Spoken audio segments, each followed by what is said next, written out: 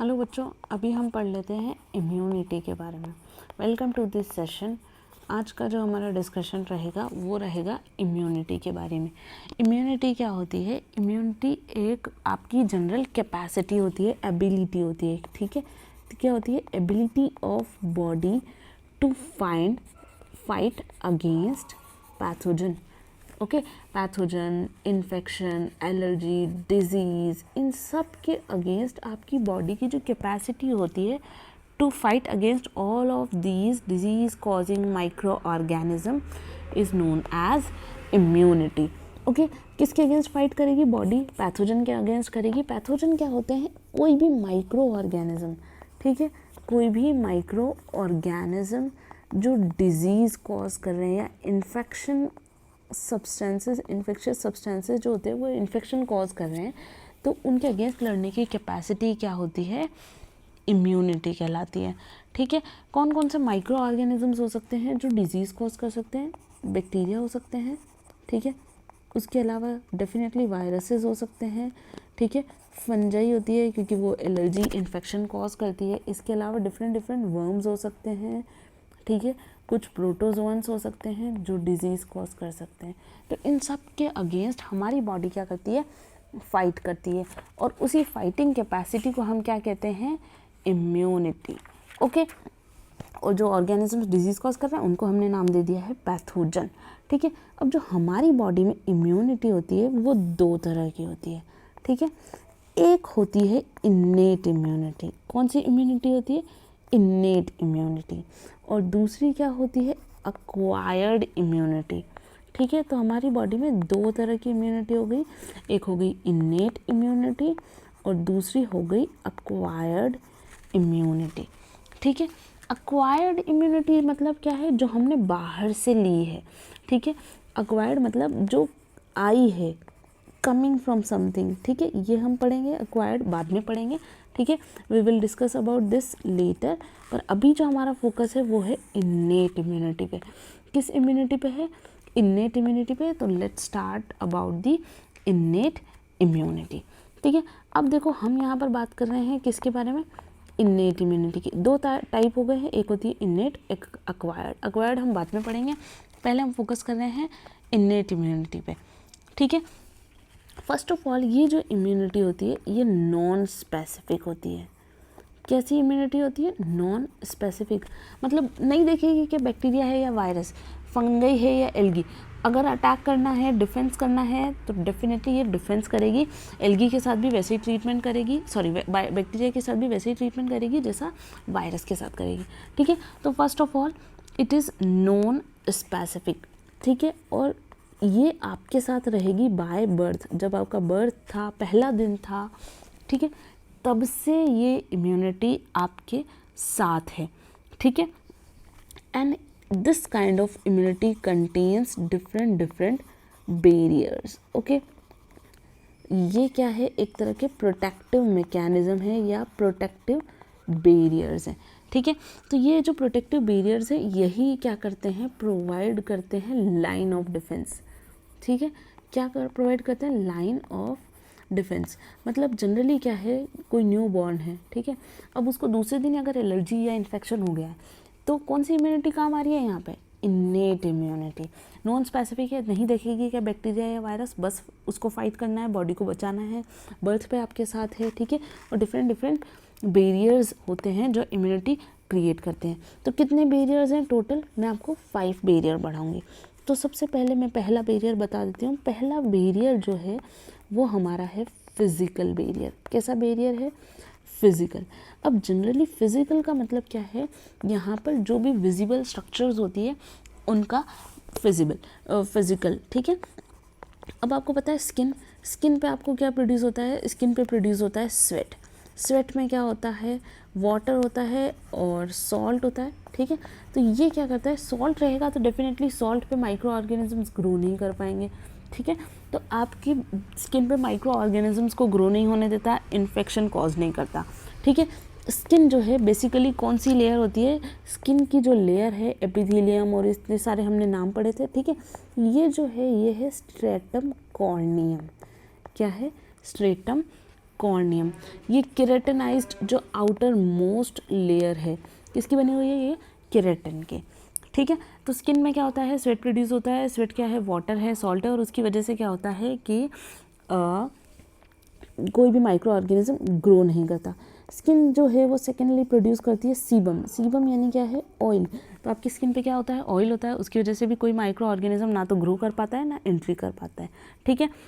Second आपका है mucus, production of mucus. Mucus क्या होता है, स्लाइमी सब्सटेंस होता है। जब आपको कोल्ड होता है तो जो नोज से निकलता है वो एक तरह का क्या है, म्यूकस है। तो आपका जो गैस्ट्रो इंटेस्टाइनल ट्रैक्ट है, ठीक है, गैस्ट्रो इंटेस्टाइनल मतलब जो डाइजेस्टिव ट्रैक्ट है, यानी कि स्टमक और इंटेस्टाइनल, ठीक है। दूसरा है रेस्पिरेटरी ट्रैक्ट, यानी कि नोज़, लंग्स, ठीक है। और थर्ड आपका जो है यूरोजेनाइटल ट्रैक्ट। तो ये जो तीनों तरह के ट्रैक्ट हैं, इन ट्रैक्ट से क्या प्रोड्यूस होता है, म्यूकस। म्यूकस क्या है, एक तरह का स्लाइमी सब्सटेंस है। नोज़ वाला तो आपने देखा ही होगा, ठीक है। यूरोजेनाइटल वाला भी आपने सेंस किया होगा, ठीक है। गैस्ट्रो इंटेस्टाइनल डेफिनेटली ये स्टमक के अंदर है, इंटेस्टाइनल के अंदर है, तो आप इसको देखोगे नहीं, ठीक है। तो अब नोज से जो स्लाइमी सब्सटेंस निकलता है, तो ये स्लाइमी सब्सटेंस ऐसा यूरोजेनाइटल ट्रैक्ट से भी रिलीज होता है, यानी कि बॉडी की जो ओपनिंग्स है उनसे ये स्लाइमी सब्सटेंस रिलीज हो रहा है। और ये स्लाइमी सब्सटेंस क्या कर रहा है, आपकी बॉडी को प्रोटेक्ट कर रहा है। किससे प्रोटेक्ट कर रहा है, माइक्रो ऑर्गेनिज्म से। ये क्या है, फ्लशिंग एक्शन शो करता है, आपकी बॉडी से कंटिन्यूसली बाहर रिलीज हो रहा है। और इसकी वजह से क्या है कि आपकी बॉडी जो है किसी भी माइक्रो ऑर्गेनिजम्स को अंदर आने नहीं देगी, क्योंकि चिकना है उसमें ट्रैप हो जाएगा, चिपक जाएगा और उसी से बाहर आ जाएगा, ठीक है। इसके अलावा हम एक बात करते हैं, ईयर की बात करते हैं। अगर मैं बात करती हूँ ईयर, तो आपको पता है ईयर में जो है हम कहते हैं ईयर वैक्स, ठीक है। तो जो ईयर वैक्स है, ठीक है, ईयर वैक्स भी क्या करता है, माइक्रो ऑर्गेनिजम्स को ट्रैप कर लेता है, फ्लशिंग एक्शन शो करता है। जनरली उसका पर्पस क्या है, बस रिलीज होना और अल्टीमेटली बॉडी से बाहर चला जाना। तो इस वजह से क्या है, माइक्रो ऑर्गेनिज्म एंटर नहीं कर पाते, राइट। उसके अलावा अगर हम आईज़ की बात करें, ठीक है, तो आईज़ में क्या होता है, इसको हम फिजियोलॉजिकल बैरियर में समझ लेते हैं। आईज़ में भी जो है वो भी ओपनिंग है, वो भी कवर्ड रहती है, ठीक है। अब हम नेक्स्ट बैरियर की बात करते हैं। हाँ, हमारा सेकेंड बैरियर जो है वो कौन सा बैरियर है, फिजियोलॉजिकल बैरियर, ठीक है। So let's discuss about second barrier, that is physiological.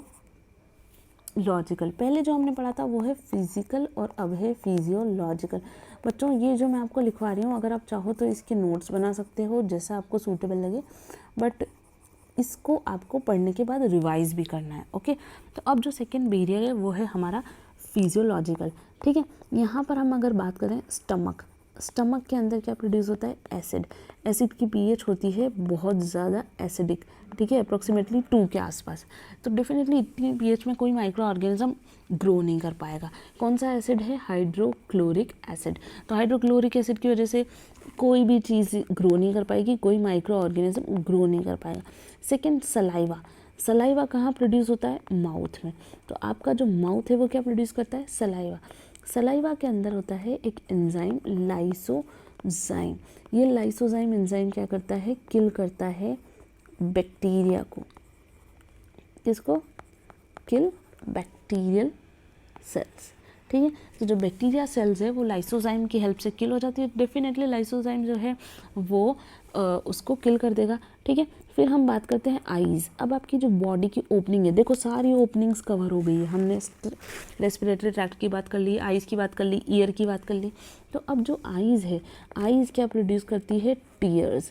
अब डेफिनेटली टीयर्स का नेचर कैसा होता है, सॉल्टी नेचर का होता है। और at the same time tear में कौन प्रेजेंट होता है, लाइसोजाइम, जो अगेन क्या करेगा, किसको किल करेगा, बैक्टीरियल सेल को। ये किस पे अटैक करता है, ये जो है ये लाइसोजाइम एक एंजाइम है जो अटैक करता है बैक्टीरियल सेल वॉल पे। किस पे अटैक करेगा, बैक्टीरियल सेल वॉल। ये सारा कंटेंट आपका एनसीईआरटी बेस्ड है। एनसीईआरटी के अलावा जो कंटेंट आपको दिख रहा है, अगर वर्ड भी आपको दिख रहा है तो वो डेफिनेटली कहीं ना कहीं तो लिखा हुआ है ही सही, ठीक है। थोड़ा बहुत कंसेप्ट समझने के लिए भी एक्स्ट्रा में पढ़ना पड़ता है, पर ये सब बहुत इंपॉर्टेंट है, आप इसमें से कुछ भी छोड़ कर मत जाना, ओके। अब नेक्स्ट हम बात करते हैं सेल्यूलर बैरियर्स की। सेल्यूलर बैरियर्स क्या होते हैं? सेल्यूलर बैरियर्स जनरली वो बैरियर हैं जो किसकी वजह से हैं? सेल की वजह से। यानी कि आपकी बॉडी में अलग अलग तरह की सेल्स प्रेजेंट है और वो सेल्स क्या करेंगी? आपको डिफेंस मैकेनिज्म शो करेंगी। तो पहला जो है आपकी बॉडी के अंदर सेल्स हैं white blood cells. White blood cells जो हैं बहुत इंपॉर्टेंट सेल्स हैं, ठीक है। वाइट ब्लड सेल्स क्या करती हैं? इसकी 3 तरह की सेल होती है, eosinophil, basophil, neutrophils and some other cells, ठीक है। तो ये जो वाइट ब्लड सेल्स हैं ये डेफिनेटली आपकी इम्यून सिस्टम का पार्ट है। पूरी इम्यूनिटी जो है वाइट ब्लड सेल्स के रोल पे टिकी हुई है, ठीक है। उसके अगर हम बात करें तो सबसे पहले जैसे कि पॉलीमॉर्फोन्यूक्लियर। पॉली मतलब मल्टीपल टाइप, मॉर्फो मतलब स्ट्रक्चर, ठीक है। और किसकी स्ट्रक्चर? न्यूक्लियर मतलब न्यूक्लियर का शेप अलग अलग है। किसी में न्यूक्लियस बाइलोब्ड होगा, किसी में मल्टी लोब्स होगा, जो हम आगे सेल्यूलर वाले चैप्टर में पढ़ेंगे, ठीक है।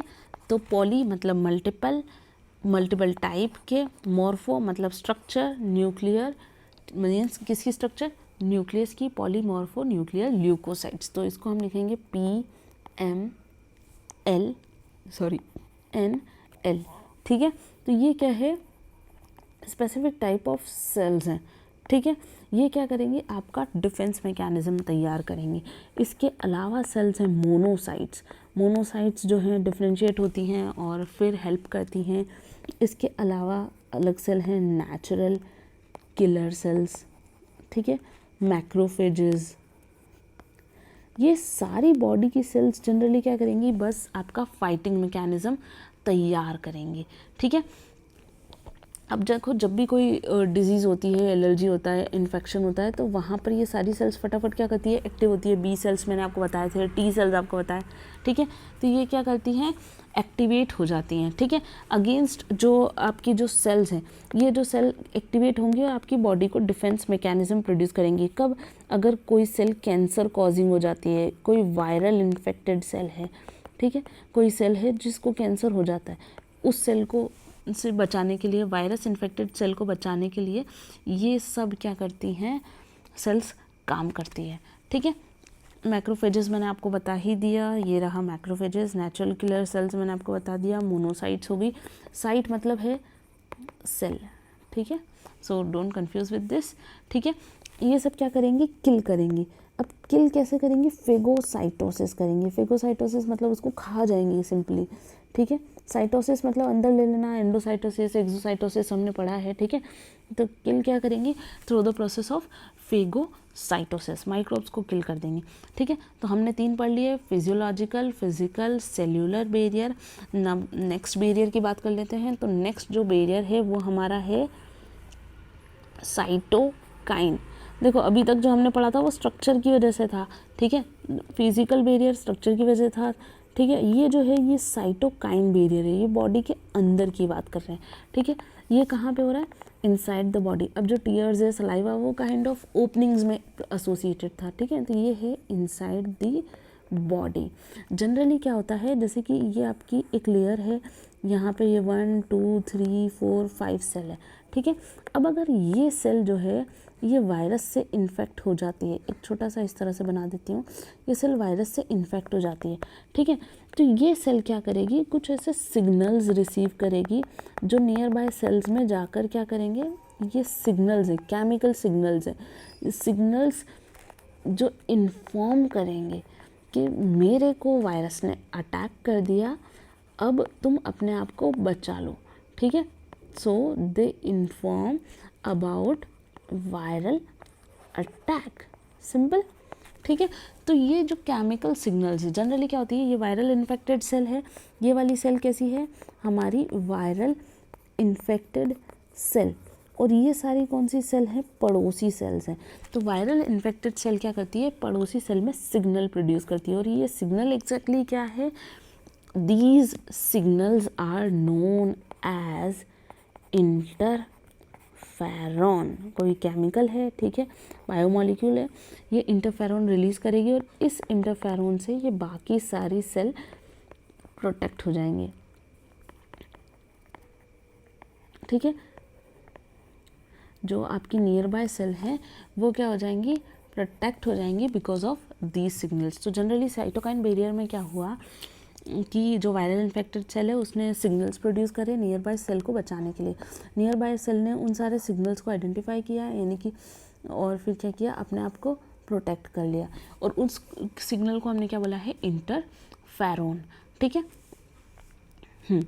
यहाँ तक क्लियर हो गया। और नॉन इन्फेक्टेड सेल क्या करती है, अब प्रोड्यूस करती है, ये जो नॉन इन्फेक्टेड सेल है इस सिग्नल से क्या प्रोड्यूस करेगी, पहले तो इन्फॉर्मेशन ले लेगी कि हाँ नियर बाय सेल में वायरस है, ठीक है, वहाँ पे वायरल अटैक है, तो ये सिग्नल लेगी इंटरफेरोन के थ्रू और प्रोड्यूस करेगी एंटी वायरल प्रोटीन, मतलब कोई ना कोई ऐसा सब्सटेंस प्रोड्यूस करेगी जिससे अपने आप को बचाया जा सके। ठीक है, एक फिफ्थ टाइप का भी है, जनरली आपकी बुक में इसको स्पेसिफाई नहीं कर रखा है, पर ये है इन्फ्लामेटरी बैरियर। कैसा बैरियर है, इन्फ्लामेटरी बैरियर। आपने जनरली देखा होगा कि जब आपको कभी चोट लग जाती है या किसी मस्कीटो या किसी इंसेक्ट ने बाइट करा हो तो वहाँ पर क्या हो जाती है, स्वेलिंग आ जाती है। ठीक है, इन्फ्लामेशन का मतलब क्या है, जो स्वेलिंग आप देख रहे हो वो जो स्वेलिंग आ जाती है, जो रेडनेस आ जाती है, ठीक है, तो वो क्या कहलाती है, इन्फ्लामेशन। वो रेडनेस, वो स्वेलिंग और एक पर्टिकुलर जोन दिखता है आपको रेड रेड सा, तो वो पूरा क्या है, क्या कहलाता है, इन्फ्लामेशन। तो आपकी बॉडी में क्या है कि कुछ सेल्स होती है जो क्या करती है, इन्फ्लामेशन क्रिएट करती है, और कुछ सेल्स कुछ प्रोटेक्शन मैकेनिज्म होता है। अब देखो एक तरह की सेल है जिसको हम कहेंगे मास्ट सेल, वो पर्टिकुलर एक सब्सटेंस रिलीज करती है जिसको हम क्या कहते हैं, हिस्टामिन।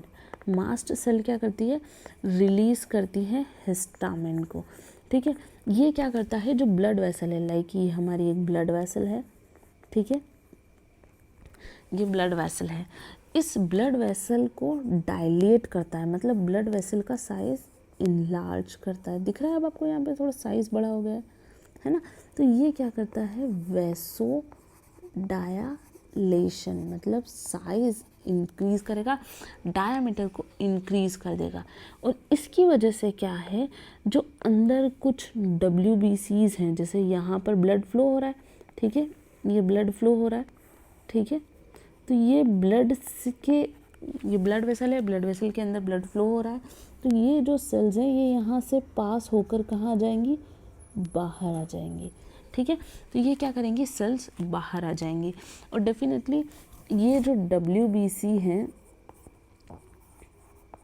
ये ब्लड वेसल से बाहर आ जाएंगी। अब बाहर क्यों आ रही है, क्या काम है इनका, ये अल्टीमेटली इनको जाना कहाँ है, तो अल्टीमेटली ये बाहर आ जाएंगी और डिपॉजिट हो जाएंगी कहाँ पर, टारगेट साइट पर। ठीक है, टारगेट साइट पर चली जाएंगी, और इसी की वजह से आपको क्या होता है, जनरली जैसे किसी इंसेक्ट ने अटैक करा तो उसके बाद आपको क्या सिम्टम्स आते हैं, ईचिंग के सिम्टम्स आते हैं, तो वो क्यों आते हैं, इसी की वजह से। पेन के सिम्टम आते हैं, वो भी इसी वजह से। ठीक है, जनरली क्या किया है, मास्ट सेल ने हिस्टामिन रिलीज़ कराया, हिस्टामिन रिलीज़ कराया तो जो ब्लड वेसल है जिसमें ब्लड फ्लो हो रहा है उस ब्लड वेसल का साइज़ इंक्रीज़ हो जाएगा और छोटे छोटे से पोर क्रिएट हो जाएंगे, और उन छोटे छोटे से पोर से कौन रिलीज़ हो जाएगा, WBC बाहर आ जाएगी। बाहर आ जाएगी ब्लड वेसल से, टारगेट साइट पे क्या करेगी, डिपॉजिट हो जाएगी, और वहाँ पर ईचिंग और पेन क्रिएट करेगी। आ गई बात समझ में, तो इस तरह से हम इसको दिखते हैं। तो ये क्या हो गया, एक तरह का इन्फ्लामेशन। आपको किस तरह से दिखता है, रेडनेस की फॉर्म में दिखता है, ठीक है, स्वेलिंग की फॉर्म में दिखता है, और ये जो ब्लड वेसल का इस तरह से बाहर आना है इसको हम कहते हैं DIA, डायापिडेसिस। ठीक है, क्या कहेंगे हम इसको, डायापिडेसिस। क्लियर, ठीक है, तो यहाँ तक आई थिंक आपको सब कुछ समझ में आ गया होगा। तो ये पूरा हमारा है बैरियर्स, हमने 5 तरह के बैरियर्स पढ़ लिए हैं। हमने पहले पढ़ा था कि इन्नेट इम्यूनिटी क्या है, इन्नेट इम्यूनिटी के 5 बैरियर्स हैं। पहला है फिजिकल बैरियर, फिजिकल बैरियर के बाद हमने पढ़ा फिजियोलॉजिकल बैरियर, फिर हमने पढ़ा सेल्यूलर बैरियर, फिर साइटोकाइन बैरियर, और in the last inflammatory barrier. ठीक है, so this is all about the innate immunity. Next हम डिस्कस करेंगे एक्वायर्ड इम्यूनिटी के बारे में। हमने अभी पढ़ लिया है इन्नेट इम्यूनिटी के बारे में, next we will be discussing about acquired immunity, जो इसी का दूसरा टाइप है। तो till now if you have any doubt तो आप मुझे कमेंट सेक्शन में अपने डाउट लिखकर भेज सकते हैं। अगर आपको सेशन अच्छा लगा है तो लाइक करें and thank you so much for watching. Notes बनाएं और इसको मल्टीपल टाइम रिवाइज करें, ठीक है।